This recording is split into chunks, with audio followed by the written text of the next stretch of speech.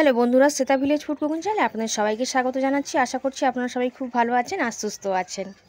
তো বন্ধুরা, আজকে আমি সিমাইয়ের পায়েস বানাবো, খেতে ভীষণ ভালো হয়।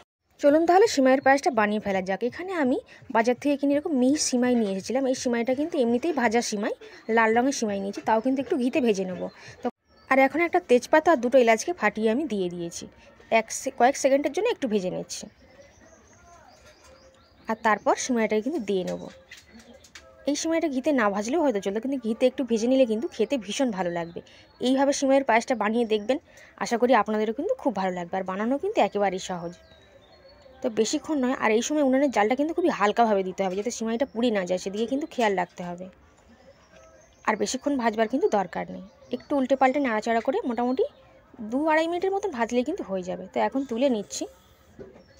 কড়াইটাকে পরিষ্কার করে নিয়েছিলাম। আর হাফ লিটারের মতন গরুর দুধ দিয়ে নিচ্ছি। এখানে কিন্তু দুধটা আগে থেকে আমি ফুটিয়ে জাল করে রেখেছিলাম। আপনারা কিন্তু পাউডার মিল্ক দিয়ে বানাতে পারেন। দুধটাকে ফুটিয়ে জাল করে কিন্তু আর একটু ঘন করে নেব, তাহলে কিন্তু সিমাইটা খেতে ভীষণ ভালো লাগবে।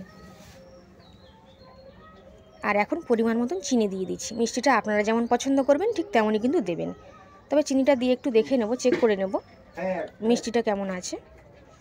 তো চিনিটা দিলে কিন্তু দুধটা একটু পাতলা হয়ে যাবে, তো সেই জন্য আরেকটু ঘন করে নেব। আর এখন আমি কিছুটা পরিমাণে কাজু আর কিশমিশ কিন্তু দুধের মধ্যে দিয়ে নিলাম। আরও 1-2 মিনিটের মতন একটু ফুটিয়ে নেব। এরপর কিন্তু সিমাইটাকে দিয়ে নিচ্ছি।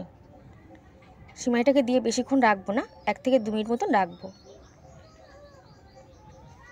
তো খুব ভালো করে নাড়াচাড়া করে কিন্তু মিশিয়ে নিতে হবে। খুব বেশি যদি রাখা হয় তাহলে কিন্তু সিমাইয়ের পায়েসটা অতটা থাকবে না, ভালো হবে না অতটা। আর এখন কিন্তু উনানের জালটা আমি কমিয়ে দিয়েছি।